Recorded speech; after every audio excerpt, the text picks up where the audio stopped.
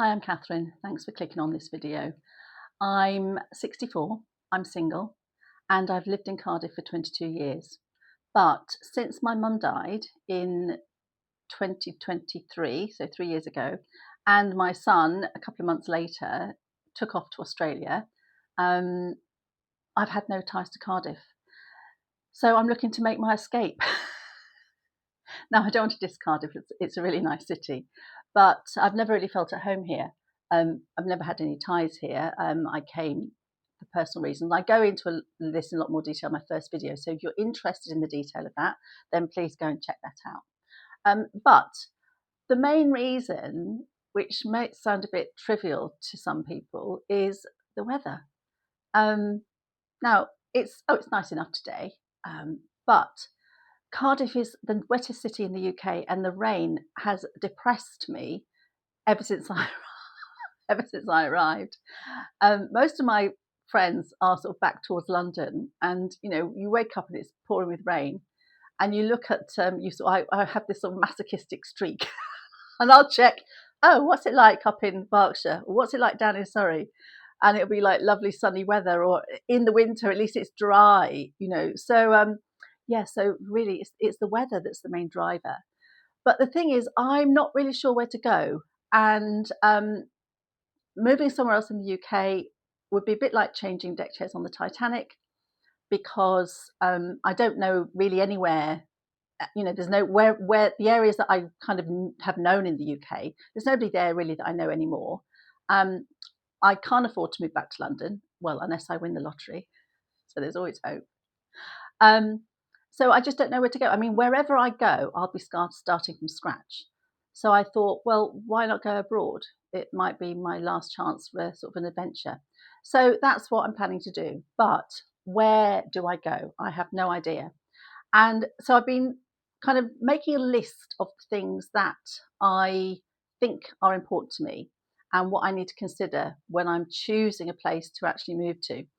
So this is in no particular order. I've just kind of done a bit of a brain dump and sort of put down the things that I think are going to be important to me and will impact on how much I enjoy my life there and what my quality of life is going to be like there. And then there's all sorts of practical things as well to take into consideration. So let's just go down the list. You might find it just interesting. You might be planning your own big escape. You might think, oh, maybe in 5 years, and you might want to bookmark this and come back to it. But anyway, so let's go down the order. Right, so the first thing for me, weather. I want somewhere dry. Now, there's dry and there's like Arizona.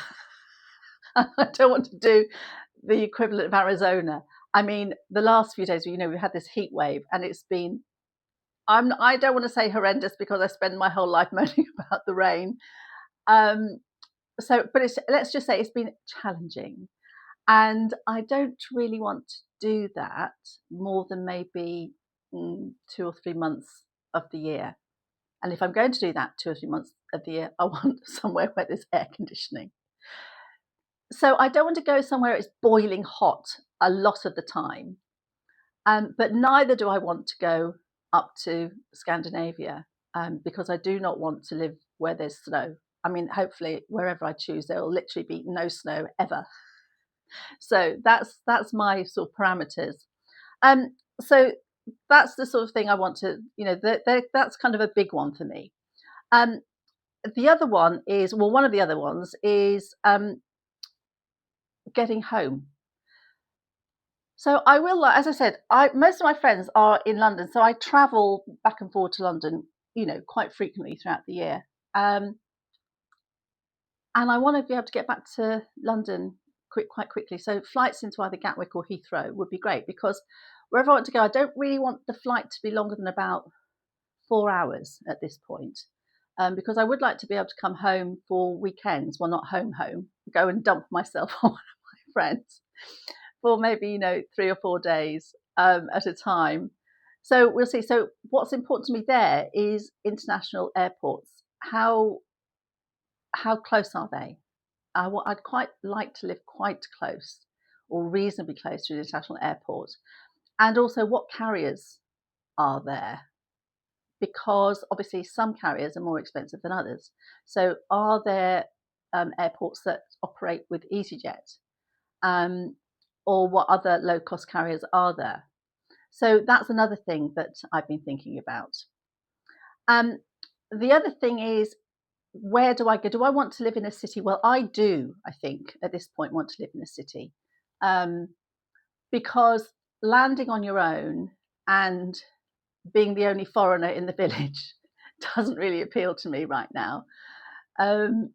So I think I do want to live in a city. I think it will force me out of my comfort zone and force me to get out and meet people. So I also want to move somewhere where there are kind of established expat groups. I'm not saying I want to move to somewhere like the Costa del Sol.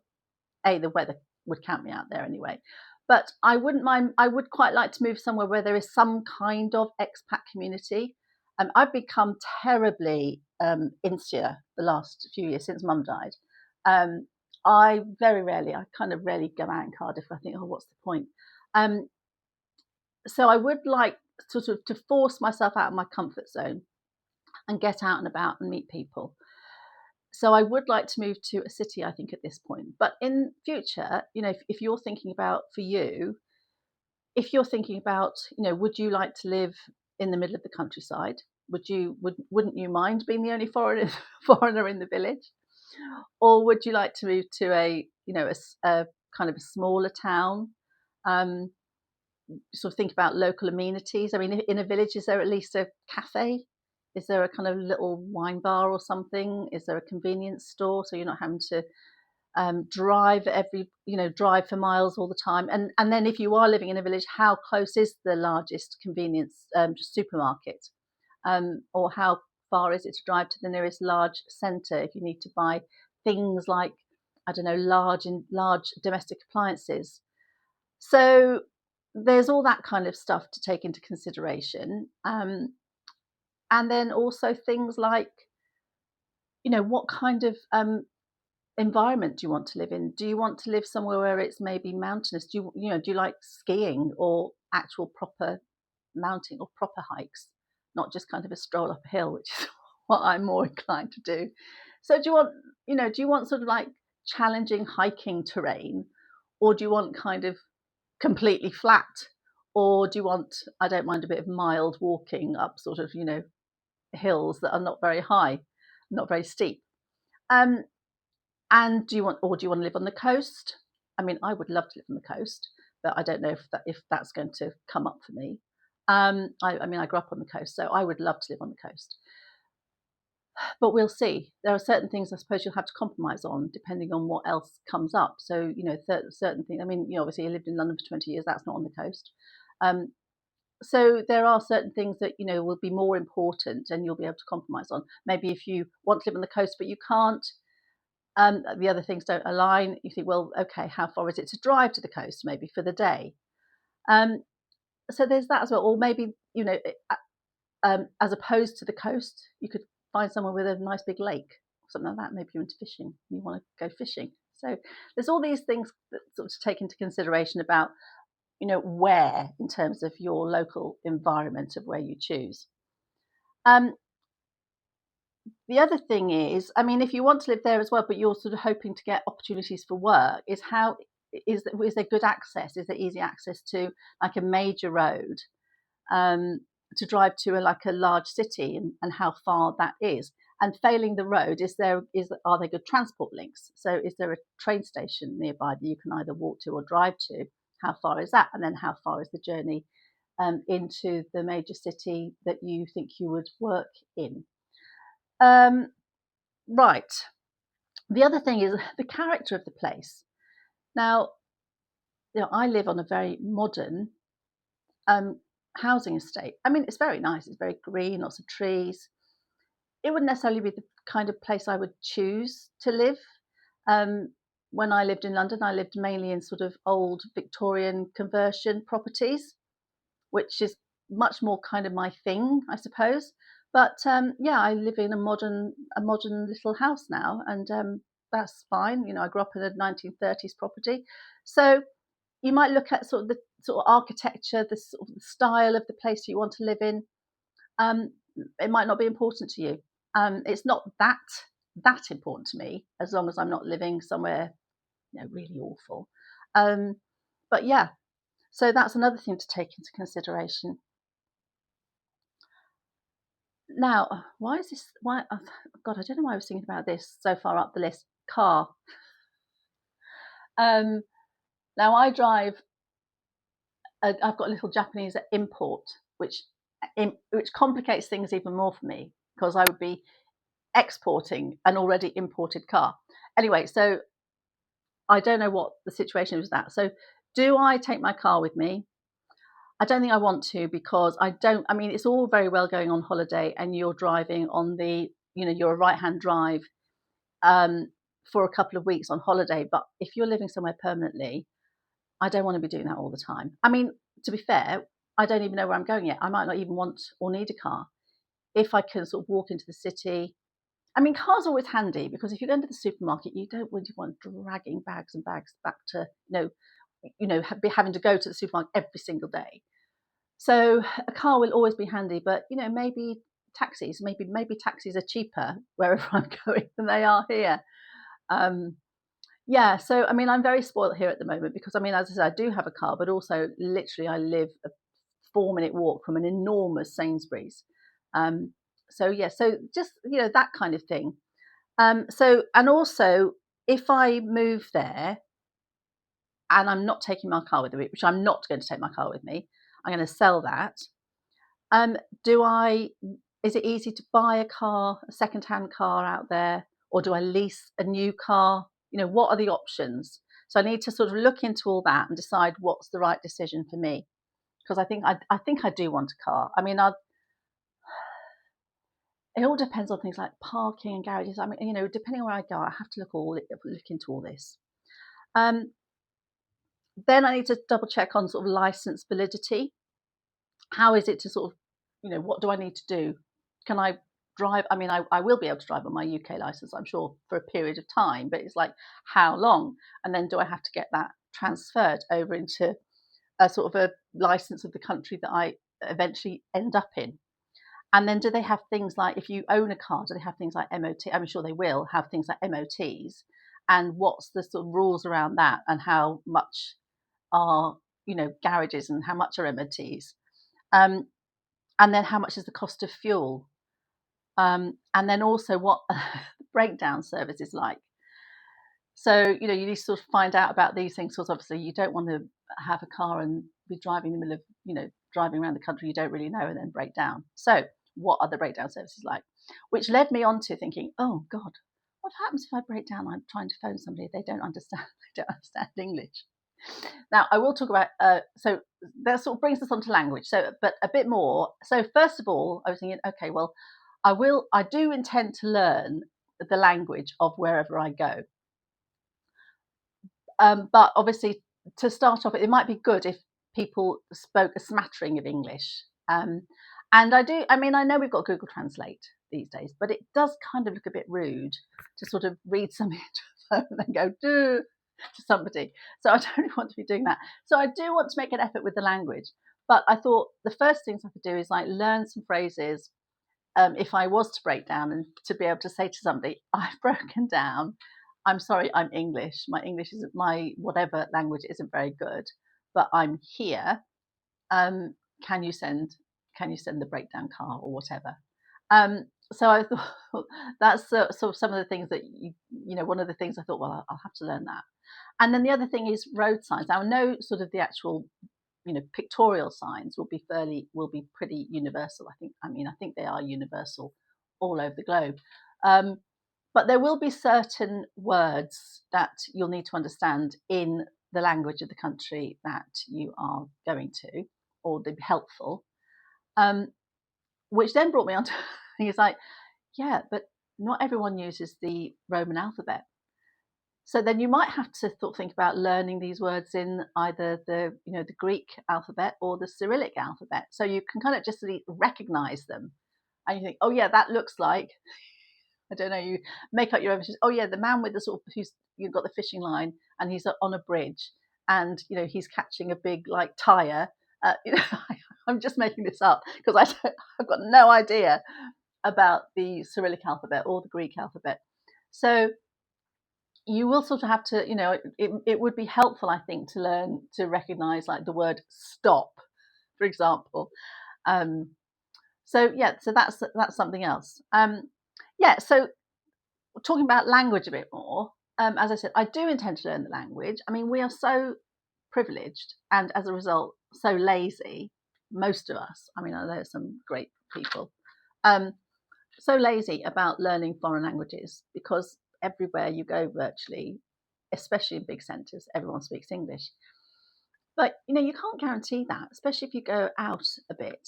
And I think it's important to be able to make friends. It just shows willing. So I'm going to have to start. I'm going to make some decisions. And I'm going to have to start some language lessons because I do want to be able to go away with a smattering of the language. Well, more than a smattering, because as I explained in my first video, I'm not planning this until probably about next March for reasons which are explained. So in the next few months, I do kind of want to get stuck into learning a new language. So that was the other thing. So language, alphabet, and all that stuff to do with the car. And then, so then obviously health insurance. So what are my options in terms of, if I get ill or have an accident? So you want to look into your coverage and what kind of health insurance you're going to take out and what that's going to cost you. And then that also then took me on to how you would, if you kind of had to call the equivalent of 999, what is the equivalent of 999?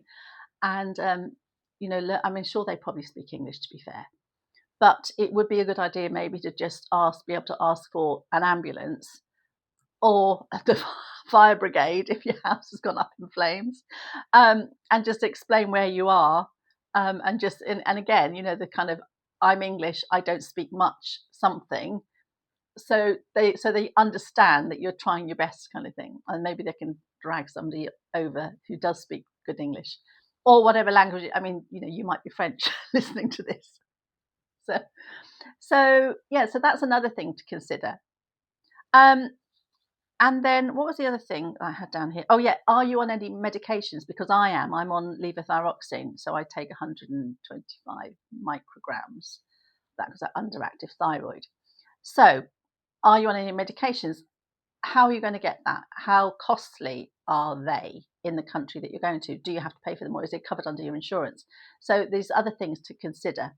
Oh my God, there's a flipping great big fly there. God, these bloody flies. Anyway, so, and then obviously one of the big ones, rent and utility. So how much are properties? What kind of property do you want to live in? Do you want to live in a house?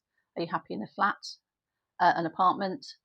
Do you want, how many bedrooms do you want? If it's just going to be, I mean, it is going to be just me, but I would quite like to have a spare bedroom for my son to come and visit, or friends from London to come over, friends from the UK to come over and stay. I mean, ideally, I'd quite like 3 bedrooms, but we'll have to see what the cost is, because sorry about, I've been invaded by a fly. I don't know where that's come from. So that's another thing to think about. What kind of apartment, and then what the rent's going to be like. How much are the utilities? Now, I'm pretty sure that at the moment, wherever I go, the utilities are going to be a damn sight cheaper than they are in the UK, and the rents are probably going to be a damn sight cheaper. Not that I need to worry about rent, because I live in my own house, and actually I'm going to be renting that out when I go abroad, and that's going to be part of my income while I'm abroad. So there's that. Things like the electricity supply. Obviously, we run off, is it 240 volts, don't we, in the UK? What does the country of your choice run off? Is it going to be suitable for your... Oh. Sorry, let me just get rid of this. Oh, God. Spam call. Apologies. So are your small electrical appliances, like your hair dryer, your hair straighteners, if you've got those, you shave, anything really, all those iron, anything like that. Are they going to be able to run off the 240 volts, or are these things that you think you're going to have to replace? It might just be cheaper to replace them, especially if they weigh, because some of them, like an iron, weighs quite a lot, and if you're packing up stuff and sending it all over. So you might check out prices of things like that, and check out prices of things like washing machines and tumble dryers and air fryers and dishwashers, because if you're renting an apartment, it might come with all that stuff, but it might not. So check all that out. That's something else you might need to look into. Going back to a car, did I say about how much is it to buy a car, a decent second-hand car? How much would it be? I wouldn't be buying a new one, because when I came home, I would not be bringing that back with me. So I don't want to sort of spend a fortune on a car. So that's that. So I've got my notes down here, but it's hard to see them. I can't read them properly. So I talked about, cost of things like microwaves, air fryers. Oh, and then, just the cost of food, your supermarket shop, how much is that going to cost you every week or couple of weeks? How much is alcohol? I mean, I don't want to sound like I'm an alcoholic or anything, because I'm definitely not. But, how much is a sort of average bottle of wine? I mean, maybe I buy one bottle of wine a week. I'm not entirely. I mean, I tend not to drink at all, really, unless people come to stay. Then we can go on a bit of a bender. But I don't drink a huge lot. It's not like I'm in my 20s or 30s anymore. And then how much is eating out? So that if that's something you like to do a lot, then how much is eating out? So that's another thing to think about. Now let's turning the page here. So I don't know why I thought about this, but I did. Is the country economically and politically stable? I mean, I'm not about to move to a war zone or anything, but what you sort of check out, what's going on in the geopolitically in the area where you want to move to. I mean, the way people are talking about Russia at the moment here, I'm thinking, oh my God, maybe I'm making the right decision to get out of the UK. But, we'll see. So, and then if you're abroad and something did kick off, touch wood, it doesn't, it never does for any of us. But what might be the consequences of that? And, what would you do if something happened? I mean, what would be your escape route be? How would you get out of the country? Or what would you be emergency plan if you couldn't get out of the country? So these are kind of things to think about. I mean, I know it's kind of a bit in the realms of like fantasy land, because the chances of it happening are probably fairly remote, but we do hear about these things. So I kind of touched on that. So basically, what kind of property do you want, and where do you want it to be? City, outskirts of the city, country, small town, large town, whatever. And then also talked about expat community. So yes, and then the language. So I've covered that as well. Language. Oh God, I've gone through a bit more than I thought here. Basic greetings. Yeah.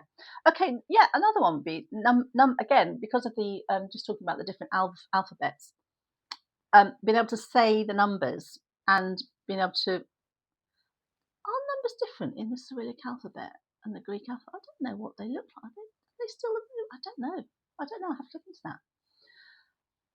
But yeah, it'd be good to be able to recognise numbers, and how they're spelt as well. So that would be another kind of language point to bear in mind.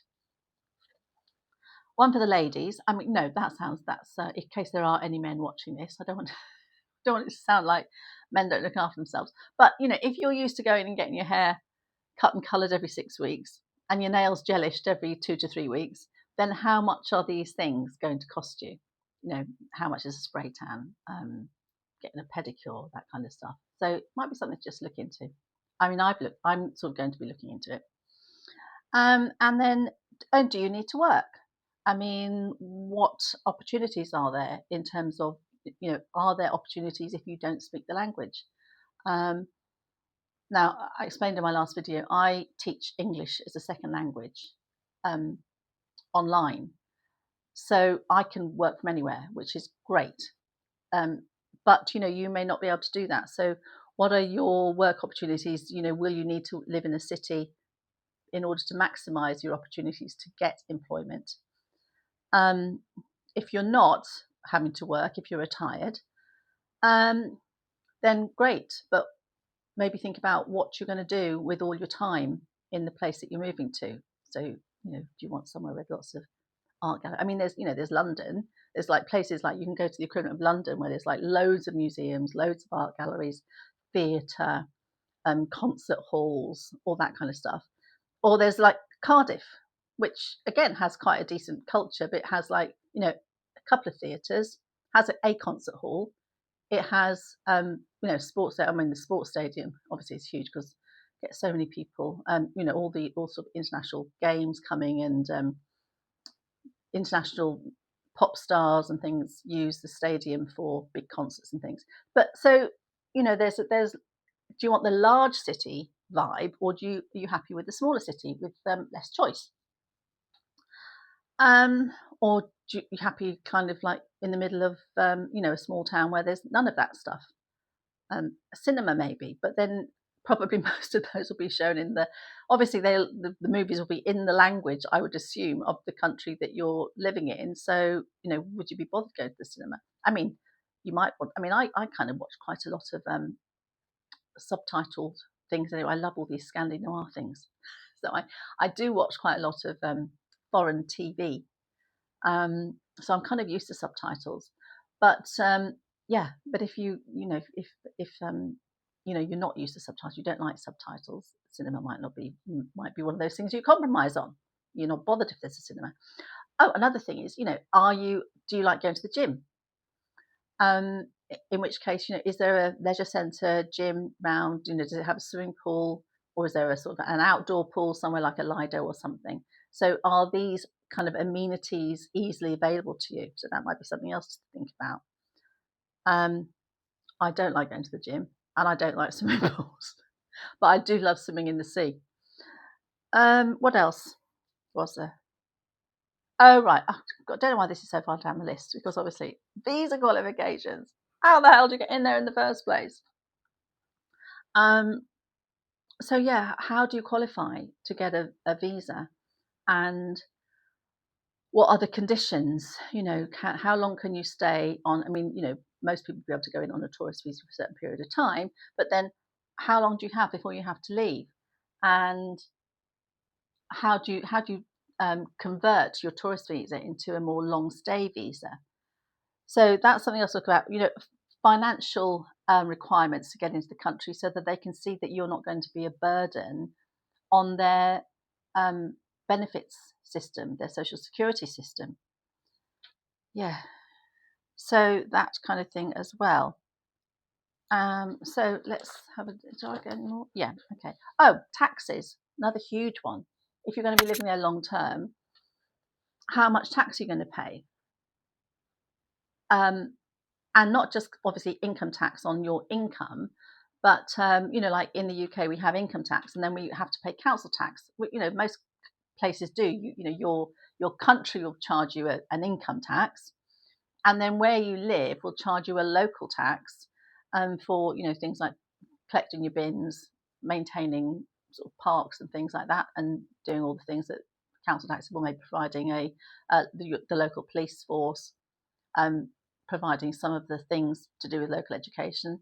So there's all these things that you have to think about to your taxes as well. So will you be better off? That would be I double check to make sure you're going to be better off in terms of tax before you choose someone to move. Having said that, if you're kind of only saving, if to stay where you are, if you are going to be only marginally, like a few £1,000s better off than you would be in the country you're planning to move to, then the cost of living, if that's a lot cheaper, that kind of might offset. So you might still be better off, even if you're slightly better off at staying at home from a tax perspective. So that's something else to think about. And then, yeah. Oh, and then just a few really little things that you might want to think about. So for me, I absolutely love the light summer nights in the UK. I mean, it's just heaven. By the same token, 22nd of June, I'm normally plunged into the depths of despair because it's like, oh, the nights are drawing in. So I get, it's always horrible because I think, oh, it's getting darker now.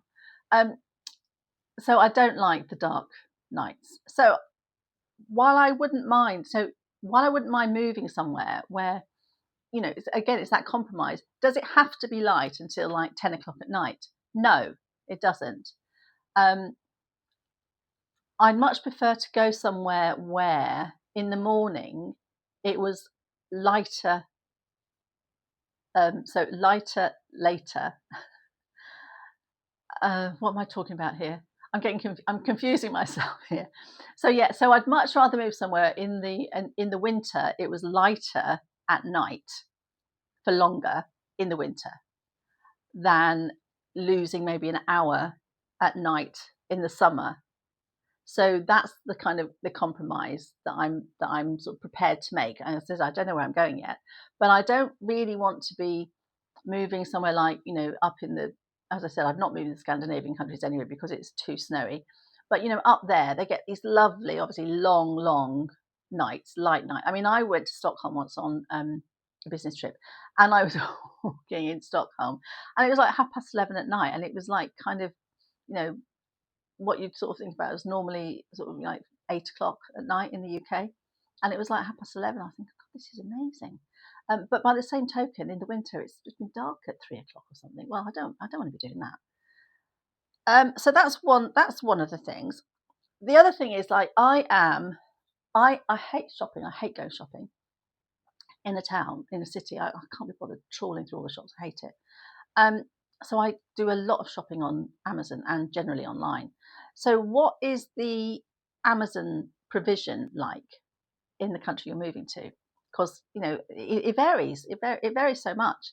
I mean, we've got great choice in the UK, but I remember trying to buy my son an air fryer when he went to Australia, and obviously I didn't want to buy it on the UK site and having to ship it out there. So I sort of went onto the Australian site, and having looked at the UK site, think, oh, and I thought, so I sort of went onto the Australian site and sort of searched and said, oh, I was like 5 models, and in the UK there was about 40 models, all different sort of sizes and variations, big basket, small basket, big basket that you can take a sort of centre bit out, ones that stack on top of each other, all this kind of stuff.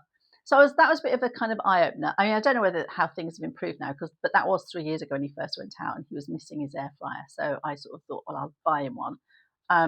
But that didn't work out because there was the ones that were there. It was like, and I said to him, do you want me to buy? He went, no, there's no point because we're not sort of staying somewhere. So that didn't come off. But if you are buying stuff, if you are sort of spending a fortune on Amazon, I mean, don't spend a fortune, but Amazon always my first port of call. So I will want to know what I can get on Amazon, or will I have to be going to the shops more regularly, in which case I want to know how far I want to sort of decide where I'm going to live based on, oh well, I'm going to have to go and buy this stuff, buy this stuff. And then the other thing is obviously is your streaming services. So you probably want a VPN. I mean, I'll still want to get access to UK channels in terms of ITVX and 4 on demand and 5 on demand, that kind of thing. So I am going to need to buy a VPN because I think that will enable me to do that. And I'll want sort of UK Netflix channels. I don't want wherever I go Netflix selection. I'll want sort of a UK Netflix selection. So that's something else to think about. Yeah, and then we touched briefly on sort of expat support groups and social groups. And if you're in a couple, then it's maybe not quite as important. But for me, going on my own, I mean, I'm very, what's the word? I'm very self-reliant. I'm very happy with my own company. And literally, I mean, I've got friends who I chat to all the time on WhatsApp, and we'll pick up the phone and FaceTime my son, all this kind of stuff. So I'm not really bothered about going out particularly, but I really feel now that I want to, make an effort and become and be more social. I think particularly, I know it sounds a while ago, but with COVID and then with my mum dying and my son going off, the last 3 years I've just kind of like, oh, I can't be bothered. Just let me stay in and stick Netflix on. So that's kind of what I'm doing, and I really feel like my life needs a rocket up its backside. I can't just sit here in Cardiff in my sort of cozy, comfortable, little life waiting to die. I might only have 15 years good, left to me, good years left to me. Women in my family tend to die around the age of 90. So this is fun, isn't it? We tend to die around 90. My mum died when she was 90. My grandmother died when my grandmothers on both sides died when they were 90 or 91. So yeah, so I'm looking at about 25 years. So I think I want to sort of try and make the most of at least the next 15 before I sort of like get too old to do anything, that's thrilling. Although, what is it? 80 is the new 60. Let's hope so. Okay, so that's just some of the things that I was thinking about. I don't know whether, if you've got any suggestions for me, if you've actually done this yourself and you think, oh, actually, Catherine, you should do this, you should look into this, because you'll find this really kind of helpful or supportive or give you a bit of a softer landing when you get somewhere, that would be great. Yeah, so let me know. And what else was I going to say? Oh yeah, if you've enjoyed the video, it'd be great if you could give it a like. If you would like to come along for the entire journey, then it'd be lovely if you would subscribe. But yeah, thank you for being here. And the next video will be dropping very shortly. But I'm not quite sure what that's going to be about. So yeah, but obviously my first video is here, is already here. So I will drop a link to that, but I've got no idea where it's going to appear on the screen. Okay, so thank you very much for watching, and I will catch you on the next one. Bye.